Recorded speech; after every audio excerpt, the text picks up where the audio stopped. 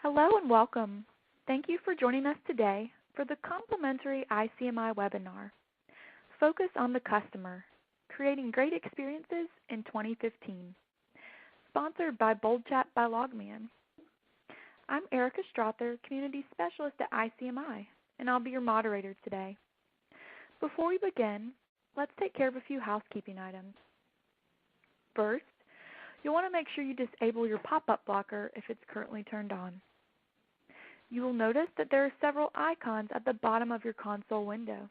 The first allows you to see our presentation slides, so make sure that this one is maximized. Next, you'll see the Q&A icon. We will be hosting a live Q&A at the end of this webinar, and you can participate by submitting your questions at any time throughout the presentation. All you need to do is type your question into that window and then click Submit. Now, if at any time you experience technical difficulties during the presentation, you can click the question mark icon on the console to access our event help guide.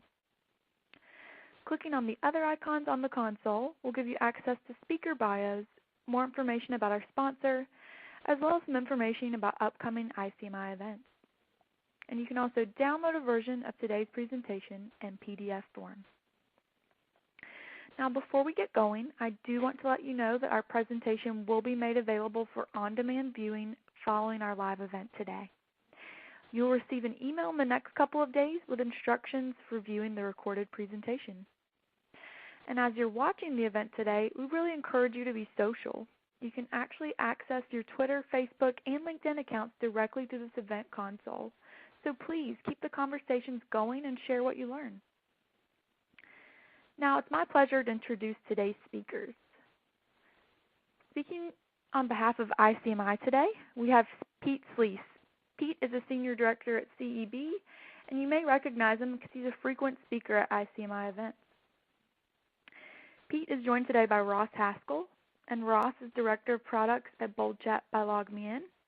We'll also be hearing from Tabby Elbahu of Auto Anything. Just one more quick reminder before we get going today. Please remember to share what you learned, to ask questions, tweet your comments and takeaways. And again, you can access all of your social networks right here through the event console. So I know we have a lot of great information to share with you today. And with that, I'll go ahead and turn it over to you, Pete. Thanks so much, Erica, and really excited to be here today. I want to dive in here right out of the gate. And as you can see on this page, there you are at the center, Customer Service Leadership. And look at all those arrows, which unfortunately are aimed right at you. And we can definitely empathize with the pressures of your world.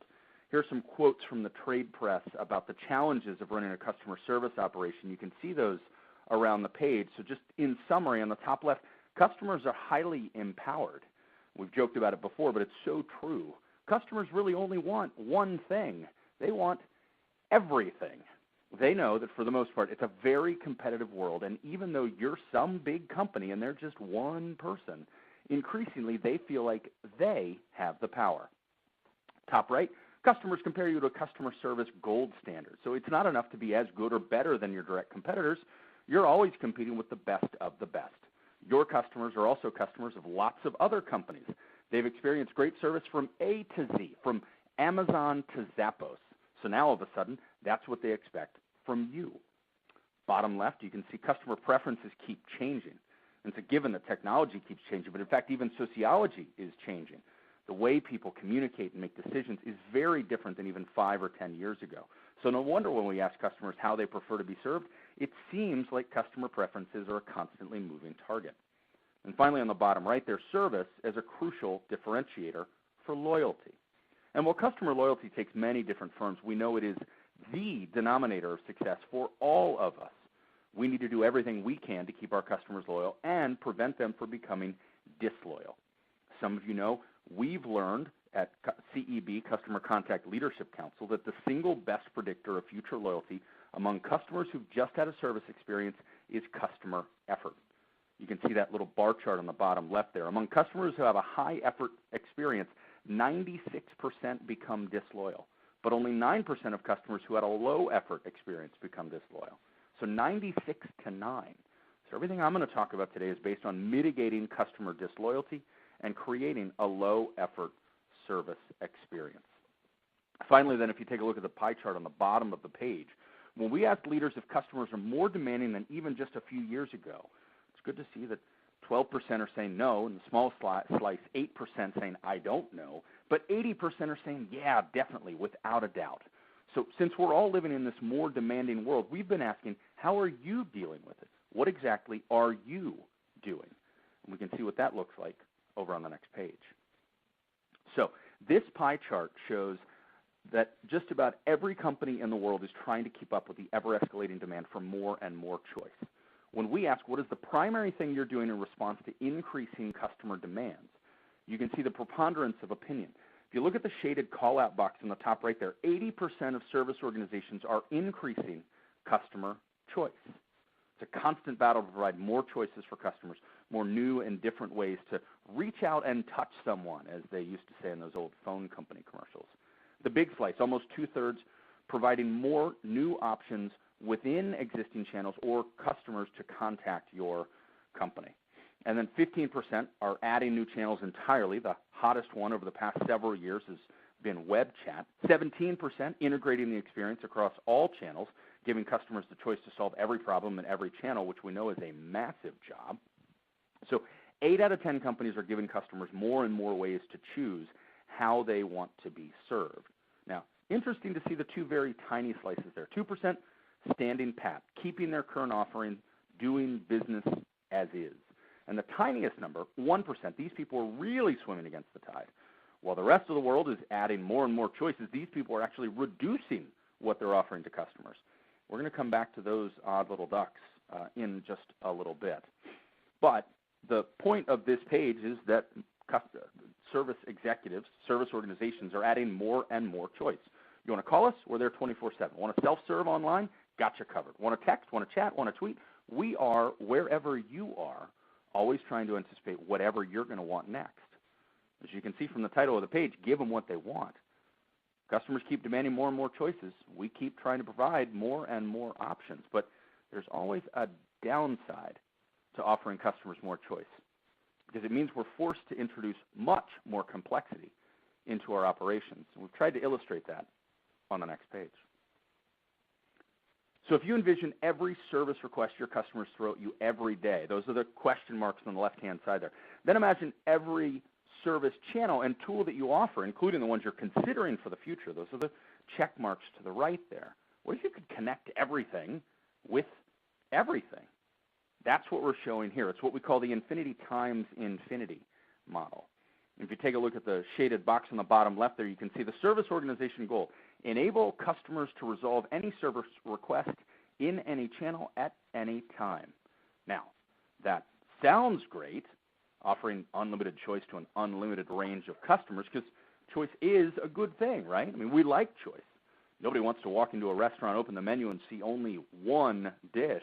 Hey, welcome to Luigi's. Tonight you'll be eating fettuccine Alfredo, whether you like it or not. Now, even if that one dish is what you're going to order anyway, I happen to love fettuccine Alfredo, it's just not a good experience, a one-dish-only restaurant.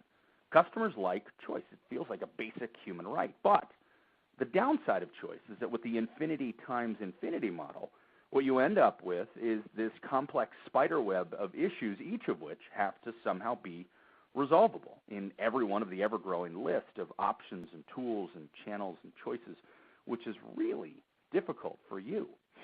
So take a step back for a second. It's pretty clear to see what's happening. Whether we've been meaning to do this or it's just been creeping up on us over the past few years, it seems like the overriding aspiration of the customer service industry is to keep adding more and more. This feels like a never-ending rat race. Are we ever going to catch up? Maybe a bit hyperbolic there, but where does that leave us? Is there a way to end this customer expectations race? So that's exactly what we at CEB Customer Contact Leadership Council set out to discover, really to find the answer to 3 questions that so many service leaders have been asking over the course of the past several years. So here are those 3 big questions here on this page. So number 1, what kinds of service choices and options do today's customers prefer? What really matters these days? Customer behavior seems to be a moving target. The competitive environment is more intense, and how can we be sure we're differentiating ourselves with the service we provide. Question number 2, how can I keep up with ever-increasing preferences for more choice in how customers interact with service? Because it feels like, based on what we've been talking about so far, the customer expectations race is unsustainable in the long term.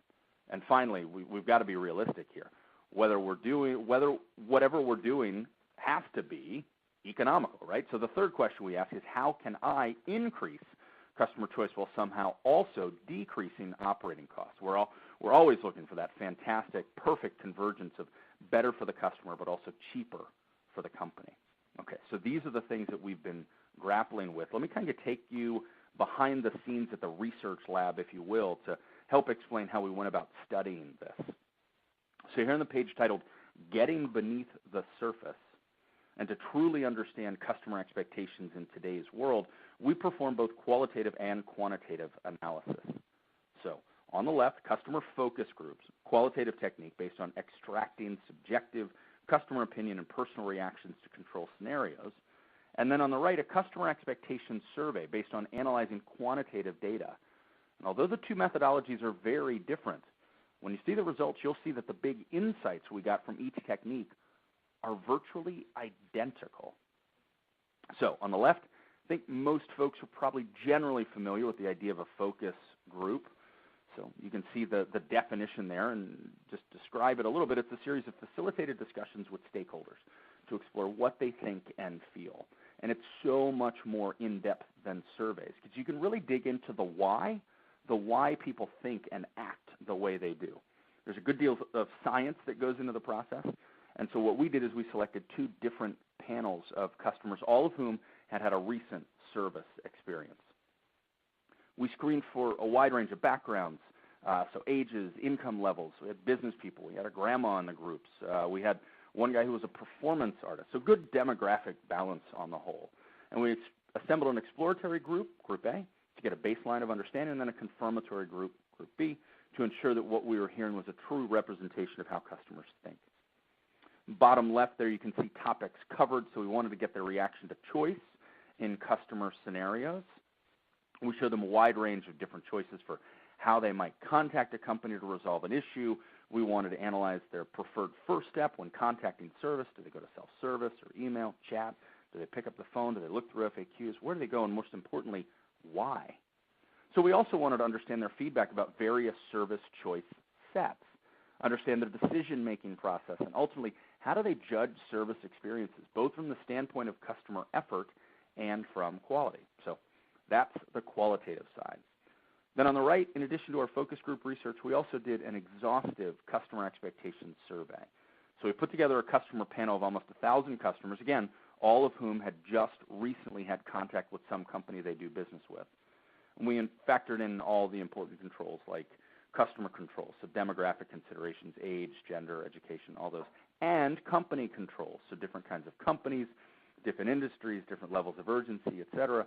And what we're going to show you here is a good, solid representation of the entire customer contact space.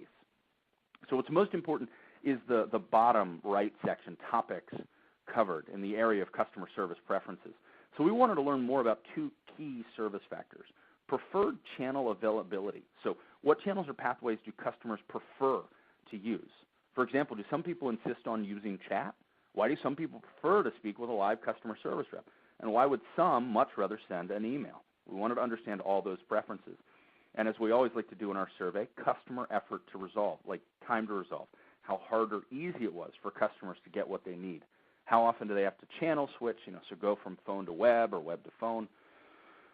We wanted to understand their whole experience, how it felt, and so their perception of effort. If you think about it, it's kind of like the ends and the means.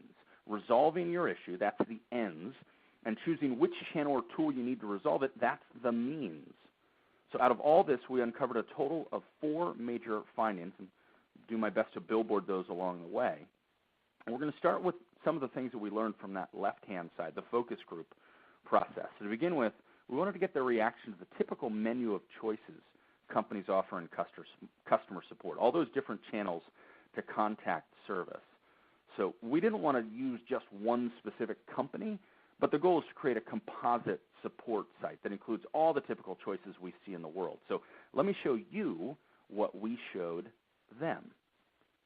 So here is just an amalgam. You notice we called it the ICMI company, and this was our starting point, which makes sense because the service homepage, of course, is where the majority of all customers go first.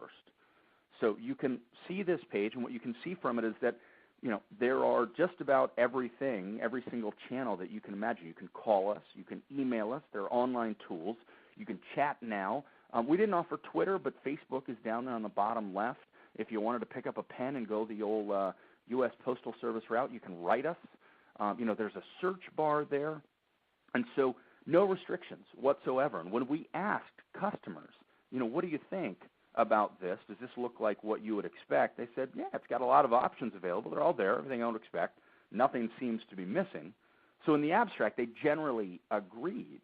This is typical. This is what it looks like, and this is what we're used to. But then we asked, now, consider a recent issue that you've experienced where you had to contact a company for some kind of resolution. Some product you bought isn't working correctly, or there's something wrong with your account. How would you actually use a website to solve this problem? So what we wanted to know was, for each person, what channel would you go to first? Because, of course, we're doing a study on customer expectations and preferences. And when we shifted gears from just does this look realistic to how helpful is this when you're trying to solve a common problem, well, that's when there was an abrupt shift in the mood of the room. So let's take a look at finding number 1 here. When we move the discussion past, what do you think of this range of choices to how would you decide among all these choices? Customer response was nearly universal. I'll let you read those verbatims around the page, but what we heard on the whole was, this is just overwhelming. And that's exactly what finding number 1 is. We showed you before that 80% of companies are adding more and more choices for customers. And we've all been conditioned to believe that customer choice is the correct goal, but it turns out that, well, choice overwhelms. Yeah, choice is fine in the abstract, but when it comes to actually resolving issues, the idea of choice sounds good to customers until they have to make one. The exact thing we all thought was the answer, give them more choice, actually detracts from the customer experience. Really? How on earth is that the case? How could that be true? Well, actually, there is a pretty simple explanation. It's rooted in human psychology. And some of you may be familiar with this book, The Paradox of Choice. You can see it over on the right-hand side of the page. Left-hand side, they're showing a big old pile of shelves of jam.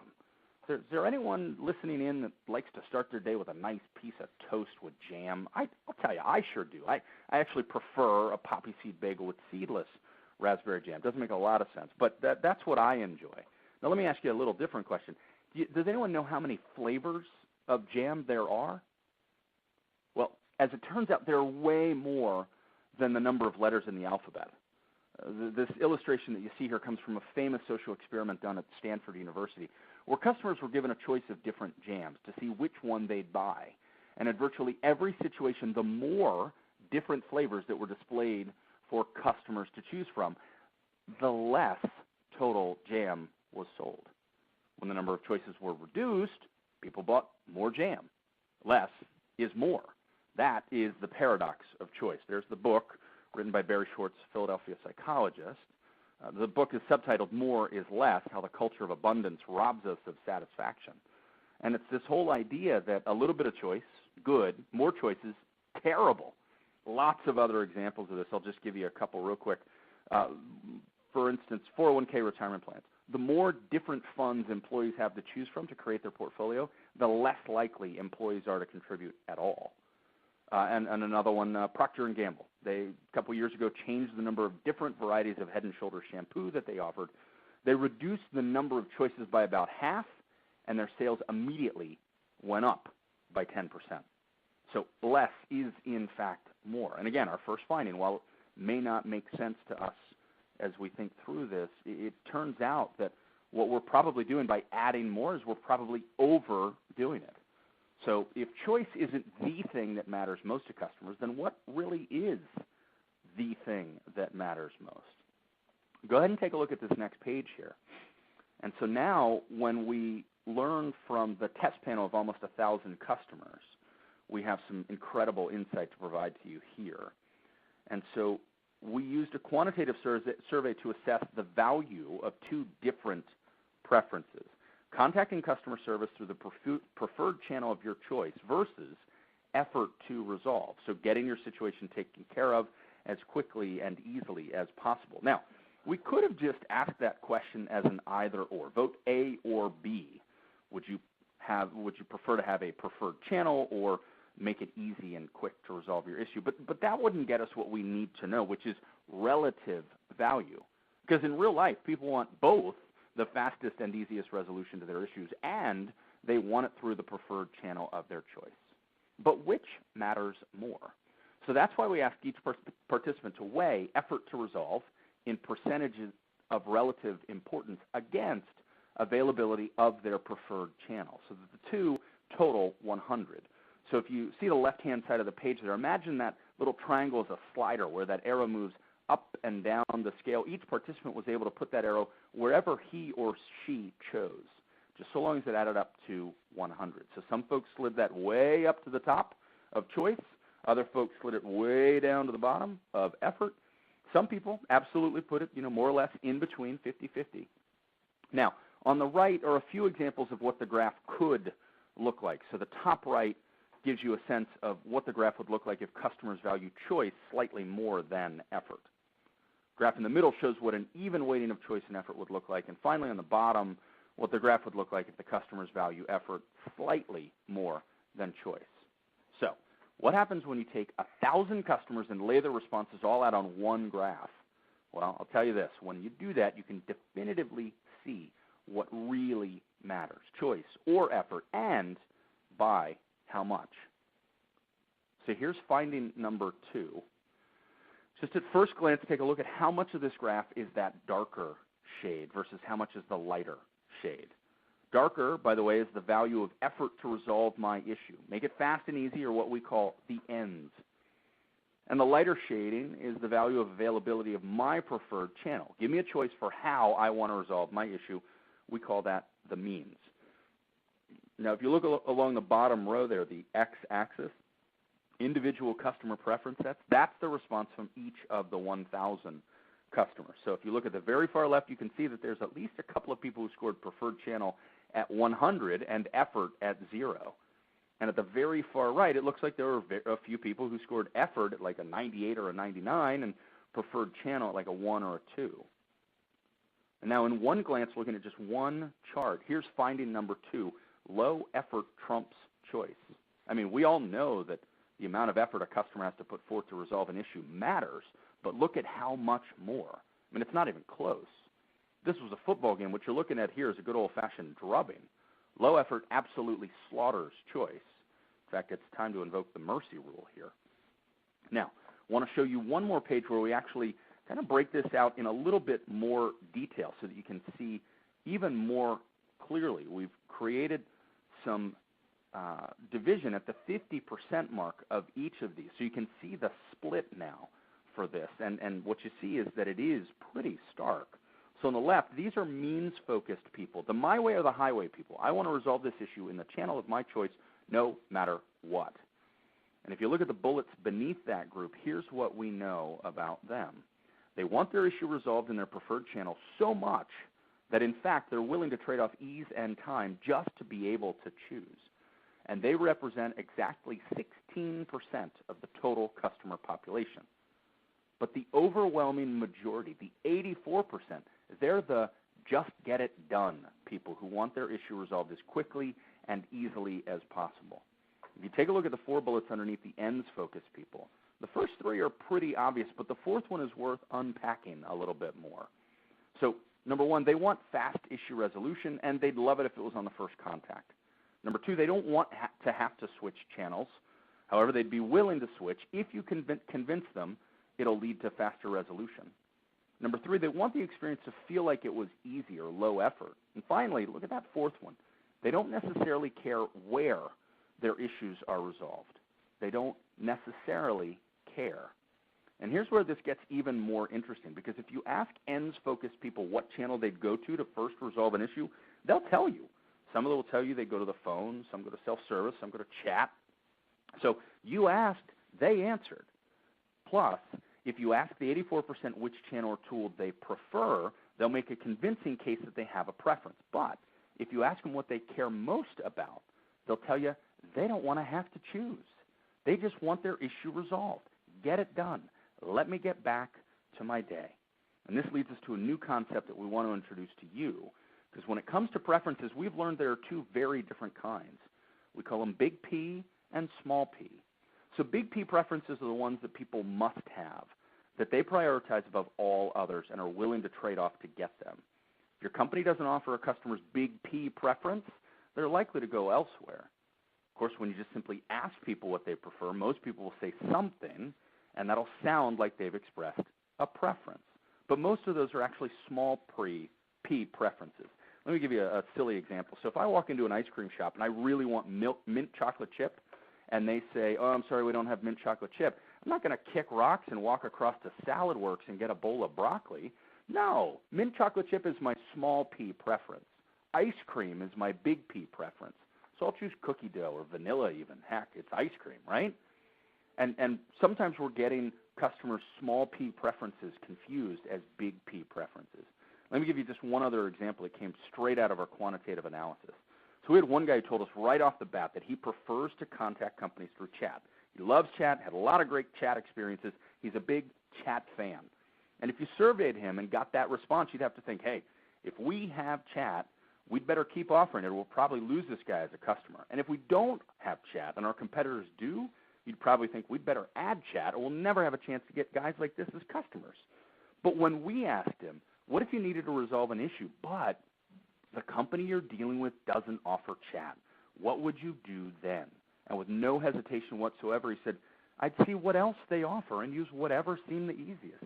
We said, yeah, but you just told us you prefer chat. And he said, look, if I have some kind of problem, I just want it to go away. I don't care how, whatever's fastest.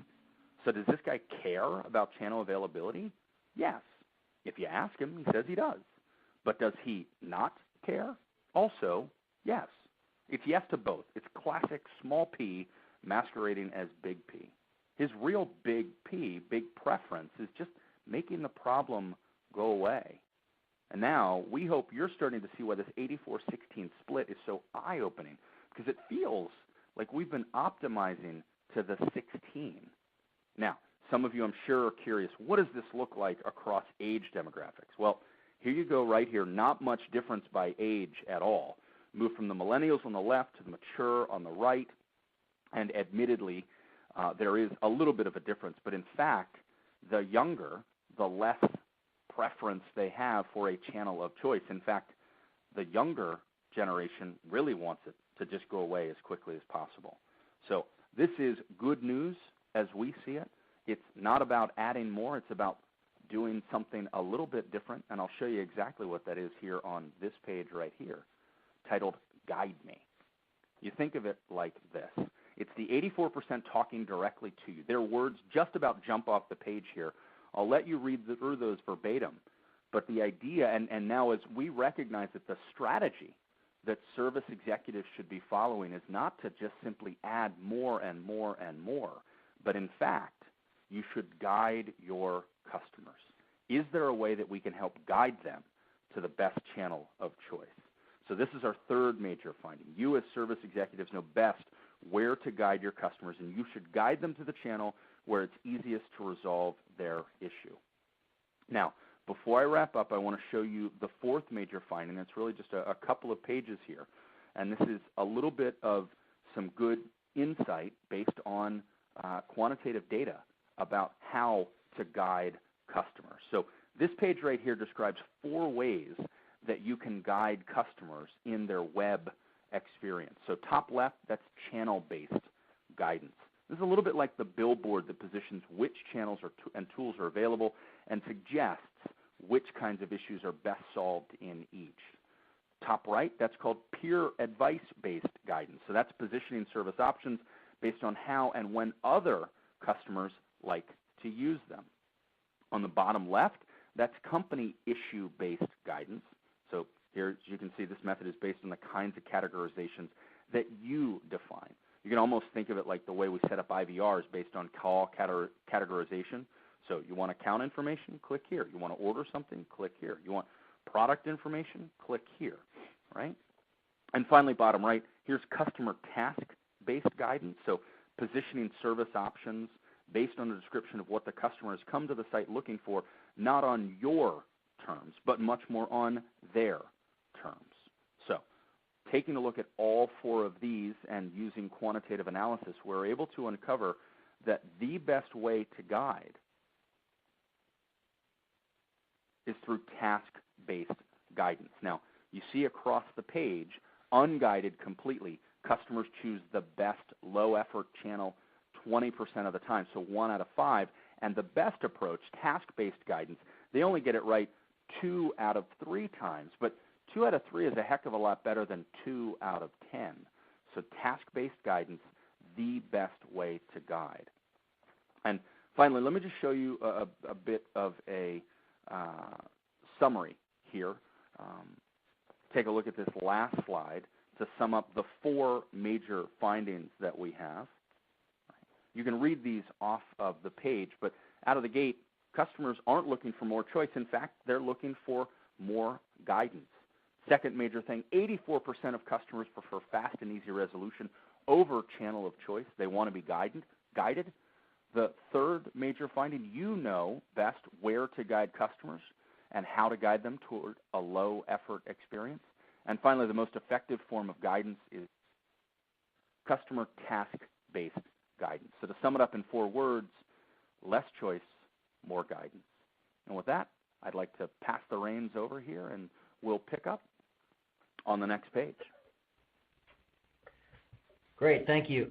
This is Ross Haskell from LogMeIn speaking. And Pete, thanks so much for sharing that research with us. Really interesting stuff, and validates a lot of the things that we talk with our customers about. You know, we are Bold Chat, and so we do offer a chat product and also email management.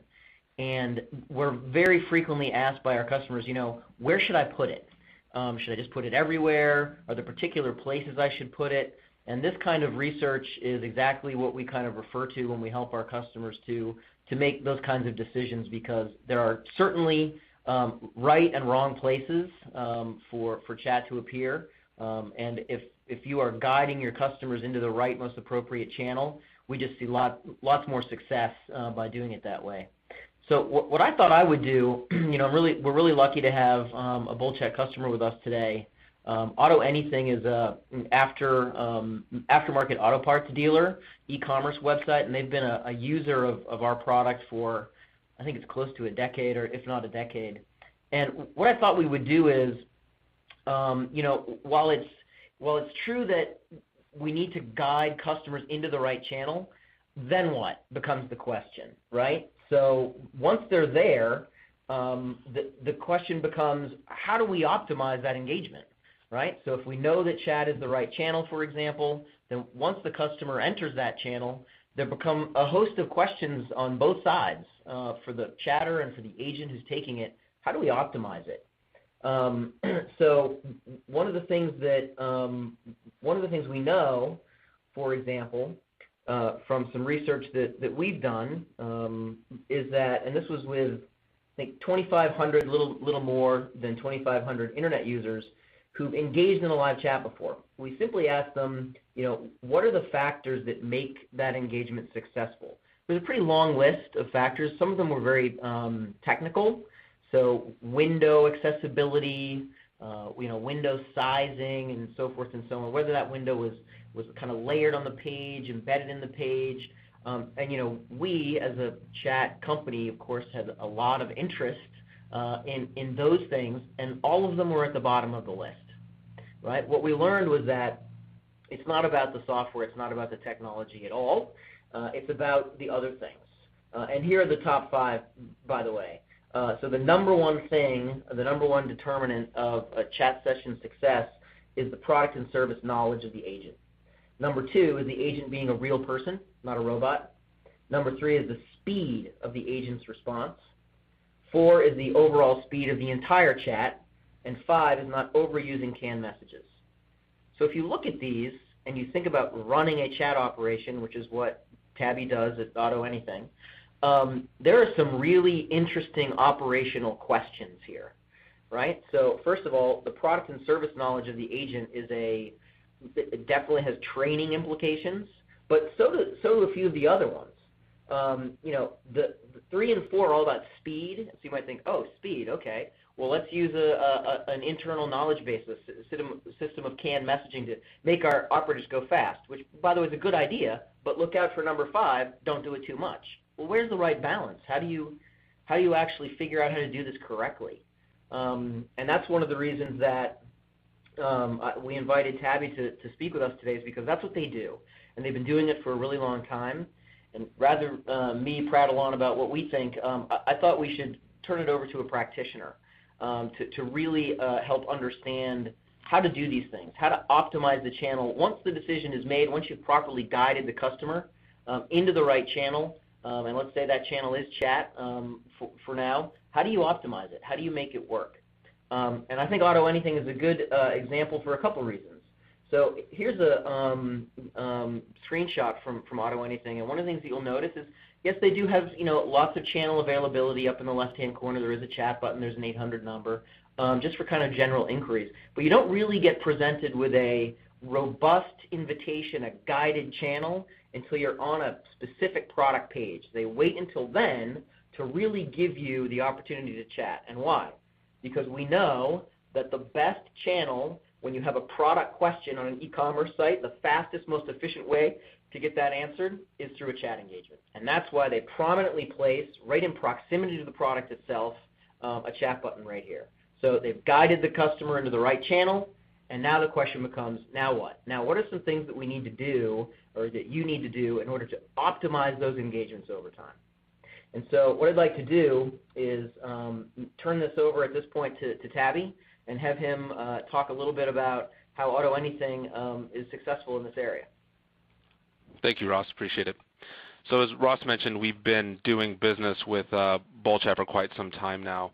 I joined the organization now going on 6 years ago, and one of my primary focuses was implementing a chat sales program. I really view chat as a channel that we could leverage to drive more revenue. Not every organization is going to approach it that way, but for me, that was how we, view chat as a channel within the aftermarket performance parts and accessories world. So once we decided to take on chat, we really took a very grassroots approach to understanding what our customers are looking for. What we learned very, very quickly is that they just want somebody available just in case they have questions. And, rather than getting so complex right out of the gate, what we did was just give them an opportunity, as Ross viewed in that product page, to say, hey, we're here in case you have a question. So when we tried to figure out how we could determine success out of this channel, we measured having that button available versus not, and what those conversion rates look like. And right out of the gate, we were absolutely amazed by the results. So then we had to be able to back it up. Once somebody does actually click that button, what's on the other end? And that was also staggering. Those results were far greater than just a sense of reassurance, but having somebody else on the other end, as Ross mentioned, that is knowledgeable, that is quick to answer questions, and that'll get you through the entire process as quickly as possible. Next steps are maintaining and improving. What I've seen as I've interacted with other companies that have looked to implement chat and have really just reached out to me for some guidance along the way, is that we try to rush through it. We get really excited about having this new medium, this new opportunity for a customer to reach out to us and interact with us and potentially drive more revenue. But then we get really excited about all the different features and things we can do. We never really build any type of a foundation to analyze if it is successful or not. So what I would suggest is let things bake. Come up with a strategy and let it sit there for a little bit, analyze it, and then look to improve it slightly. Rather than always adding new features, new invitations or whatnot, test the ones that you currently have. Make small tweaks. Understand that a customer that visited from an entry URL that's very price sensitive, like in our environment, and that may be Price Grabber, for example, is a price sensitive customer and wants some time to digest what's going on the product page. So test a 30-second proactive invitation versus a 45-second proactive invitation, and then find what is working for your business, and then look to improve it that way. The one thing I'll say as far as improving goes, don't make assumptions. Use the data to help you make those decisions. I made that mistake early on of thinking, for example, let's change the invitation itself and use a female's image in her mid-20s to drive additional customer chats, and we compared that versus just the plain Jane customer invitation, and the numbers were staggering against what my gut told me, which is that having this image on the invitation was going to create more of a customer acceptance to proactive chats, and it was quite the opposite. And that was a lesson learned early on, to say, let's let the customers tell us what they like rather than making the assumption that we know exactly what they're looking for. And lastly, keep it fresh. You are going to start building retention within your organization if you haven't already, and chat is going to intrigue people to come back. It's a retention channel within itself. Customers knowing that they've come to your site before and were able to speak to somebody that was knowledgeable, that was friendly, that was professional, that didn't come off as a robot or just was copy-pasting canned messages the entire time. Keep them excited about what they could look forward to the next time around. So I would say that we invest anywhere from 3 to 5 hours a week in just revisiting our current strategy to make sure that there isn't anything we can tweak, adjust, or improve upon with our current setup with BullChat today.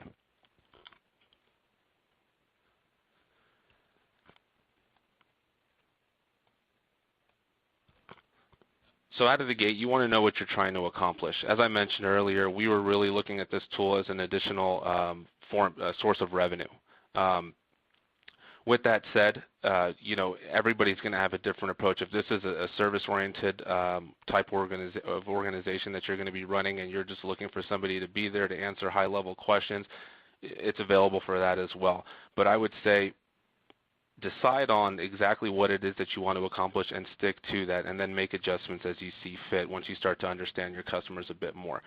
For us, we've never steered away from this being a revenue channel. More, I'd say in the last 6 to 12 months, we've started to entertain leveraging things like customer service through this channel as well, processing returns, answering customer inquiries and whatnot, and seeing how that lines up with our current business model. We know that it is an effective channel. As I measure the effectiveness of a chat agent versus one of my phone agents, which another department I also oversee, they're able to interact with 3 customers at the same time effectively through chat in the same time that an agent is able to interact with a phone customer. Analyze and determine what data is available out there, and leverage other departments within your organization, whether it be search engine optimization, your marketing departments, your merchandising departments. Get an understanding of what customers are buying, what they're looking for, and leverage that with your invitation strategy. And that will also help you achieve your goals. Customize your offering to increase receptiveness. Every customer is different, every interaction is different, and that's something we've learned over time, and that is don't assume that just setting up a blanket strategy across your entire website through chat is going to give you the results that you're looking for. Analyze different product pages. Analyze different URL entry points. Understand what pages customers are visiting, how much time they've spent on those pages. An example of that, we started looking at customers that got to the cart, added a bunch of product, and then went back to the home page at some point. And there was a large number of customers that were doing that. And we said to ourselves, what are we missing here? Why are these customers continuing to abandon the cart and going back to the home page after they've gone through the majority of the shopping process? So we looked at that behavior, and we started to target those customers with invitations. And also those results were very, very staggering to see that we were able to take those customers from typically a very high abandon rate back into the cart and help them check out with their purchase as well. And train. Part of what I haven't even talked about yet is what you do behind the scenes. BullChat is a very effective tool. Any chat platform is going to be effective for you, and you're going to want to decide which one is best suitable for your organization. But what you're doing outside of that is going to be the foundation of whether you have a successful program or not. You could have the most effective tool, and if you haven't set the right expectations with the department, the leaders of that department, and setting the right culture, you'll hopefully end up with mediocre results at best. So how do you determine success? Number one, define your KPI, your key performance indicator expectations. make sure that whatever it is that you committed to as an organization is aligned with what you're holding your agents accountable for. In our world, one of the biggest KPIs we focused on as an example is conversion rate at the agent level. And we had to make sure that they understood what is it that is an acceptable conversion rate, what is an above expectations, and then continue to drive that behavior. I would say don't overwhelm your group with too many KPIs. We like to focus on really 4 KPIs that are productivity driven and then 1 quality element. Some people prefer 3. With us, we just want to make sure that we are not only looking to convert, but we're also looking to cross-sell and upsell opportunities. And I reference back to the training. That is really what we focus on. And I mentioned the quality element. That is all-encompassing. We take the time every single week to sit down once a week and analyze at least 50 to 100 chat transcripts with our quality department to understand if that what we are training to is what is actually happening in production. As you can see, it's a significant investment of time to ensure that you are that your agents are delivering on your expectations. So our quality department is going to take the time every period to review hundreds of chat transcripts and then come back and score those transcripts, and we come and then align that with your actual results. Along the way, we've had to make some tweaks. Realize that this is a completely different channel. What you expect from a phone agent is going to be very, very different than what you expect from a chat agent. The customers are different.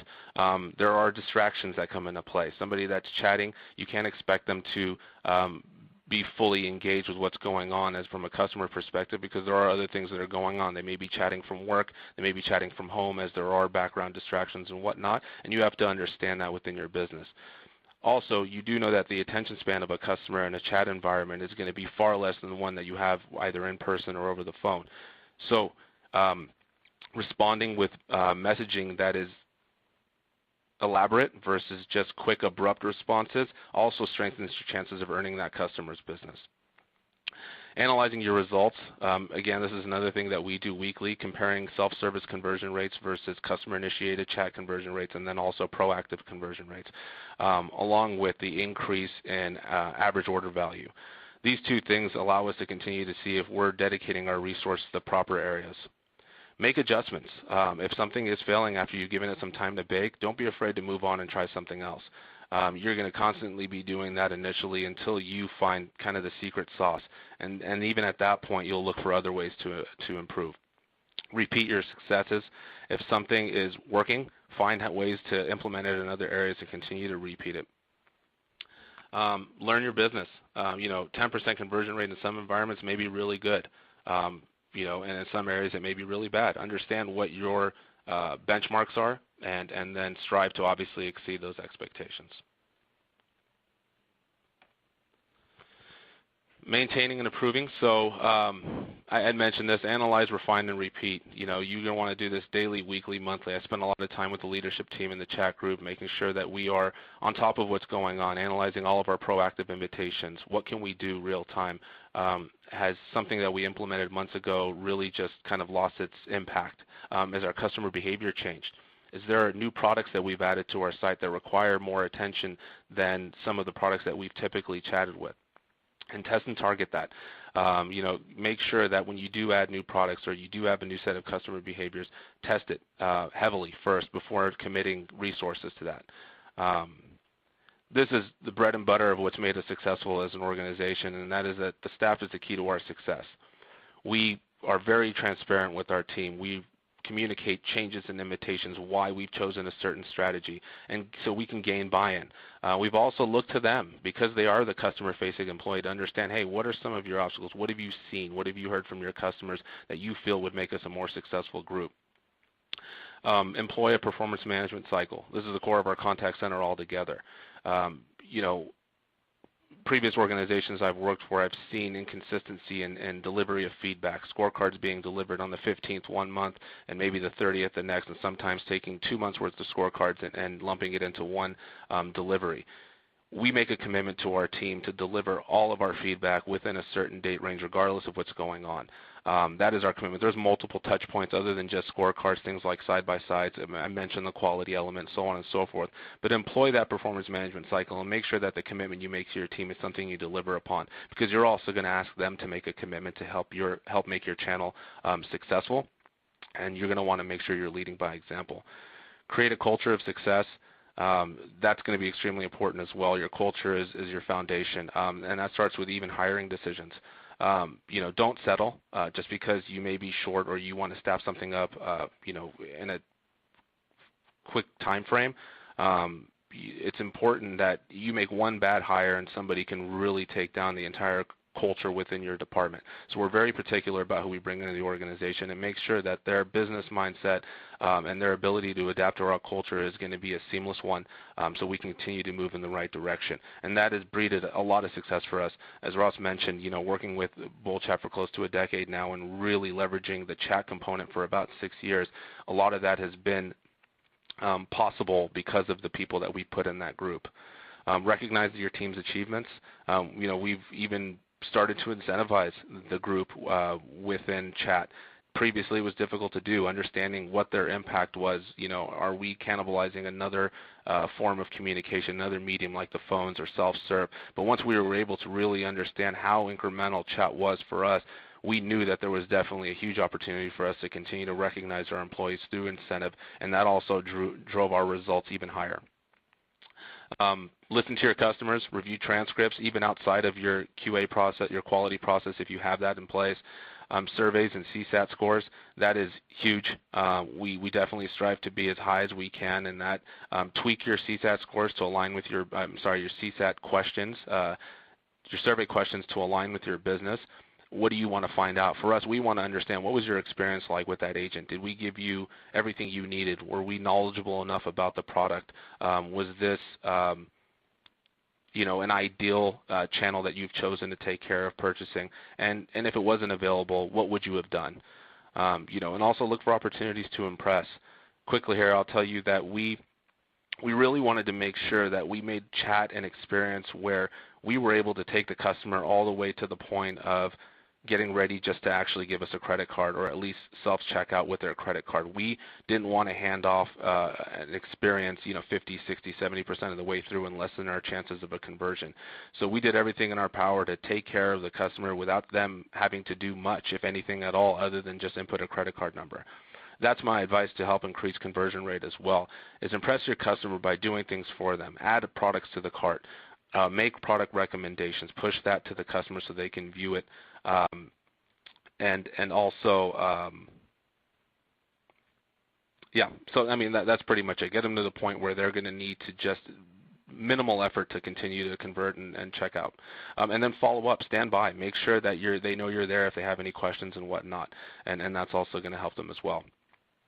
Oh, the other thing I was going to mention is leverage discounting. And do it in a proper manner so you're not impacting margins too much. Customers love to see that because of the fact they've committed to additional product that you've gone above and beyond and maybe giving them a discount that they didn't view on the site or didn't receive through email. It makes them feel like because they chose that channel and because they've committed to multiple products that you've given them something that they didn't even necessarily ask for. And we've seen over the span of time that's really improved our retention. And leave a lasting impression. There is a tone in chat. Most people think that because it's text it doesn't have a tone. It absolutely does. Train to that. Make sure that people understand that when they walk away they feel as if it was a very professional experience, that the person was extremely knowledgeable, had a good sense of energy. Don't be afraid to mirror and match your customer's tone. If the customer is being a bit more casual, give your agents the confidence that that's okay within a certain set of boundaries, of course. There's little things, acclimating to things like text language and acronyms and smiley faces and whatnot. We try to avoid that as much as possible. But if a customer is really going down that path, we want to show them that we can relate and match their tone and make them feel like they're speaking to somebody that understands what it is that they're looking for or going through.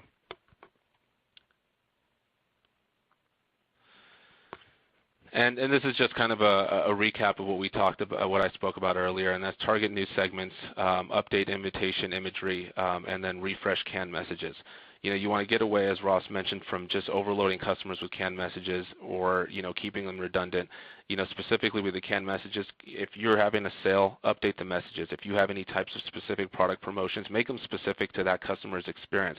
If you're feeding information into your chat into chat that allows you to see what the customer has gone through on your site or where they came in from. Cater that message to that customer. If it's the holiday season, update the messaging as well. You can really leverage that to build a personable experience. I can't tell you, when we had just kind of simple basic canned messaging, how many times we had customers come back and question whether there was humans on the other end, or they really avoided accepting a chat because they did not think they would get the type of experience that would cater to what they needed. So updating our messages really improved our acceptance rates on proactive invitations specifically. The invitation imagery, that's important as well. We've really tried to work on customizing it to that experience. Being in the automotive industry, if we see a customer that has an F-150 or whatnot, how can we build imagery that will really spark their interest and take an F-150 that has a ton of upgrades to it and then fire it off within the chat invitation to say, hey, look, here's what your truck can look like. And that really gauges their interest, and then tie the canned messaging to that as well. Continue to target new segments. As I mentioned earlier, don't be afraid to try new things. You're not always going to have the data to support new segments. At times you're going to have to go, it's going to be trial by fire, and it will require a small investment, but if you know your business extremely well and you are investing the time in reviewing chats and spending your time with the quality department as well as the performance management cycle, it'll be a very calculated risk. All right, that's all I got. I guess I'm turning it back over to Erica. Great. Well, thank you, Tabby and Pete and Ross. Really, really great stuff today, so appreciate you sharing your expertise and time. We do have just a couple of minutes left, so I'm going to try to get to a couple of audience questions. Just a quick reminder, if we are not able to answer your question live, we'll be sure to answer any remaining questions offline. So first off, really quickly, if you guys wouldn't mind just taking 30 seconds to fill out this brief survey. Just let us know what you thought of the presentation today, and that really helps us to best tailor our future content for you guys. So with that, we'll go ahead and get to a couple of questions. I think we have time for a couple.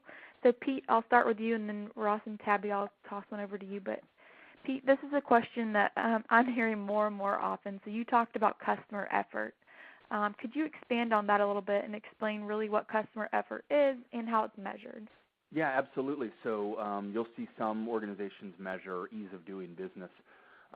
We call it customer effort. We uncovered it in a research study that we conducted back in 2008 where we were asked, what's the role of the service organization in impacting customer loyalty. And what we uncovered is that the best predictor of the loyalty outcomes that you're trying to achieve, namely repurchase, increased spend, and positive word of mouth, is evaluating customer effort. So how much effort a customer has to put forth to get an issue resolved, or the way that we ask the question now, on an agreement scale of 1 to 7, the company made it easy for me to complete my task or to resolve my issue.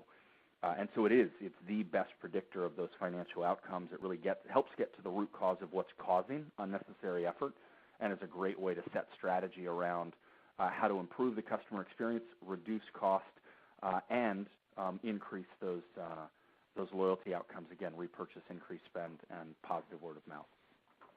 I love that. It's one of my favorite metrics. So hopefully it's one that more and more companies will be measuring going forward. Absolutely. Thanks, Pete. Sure. So Ross, I think we have time for one more question, and Tabby, feel free to chime in here too, but I like this question that just came in. So how can companies balance customer needs or trends with business objectives? Can you recommend a good place to start and some tips for prioritizing?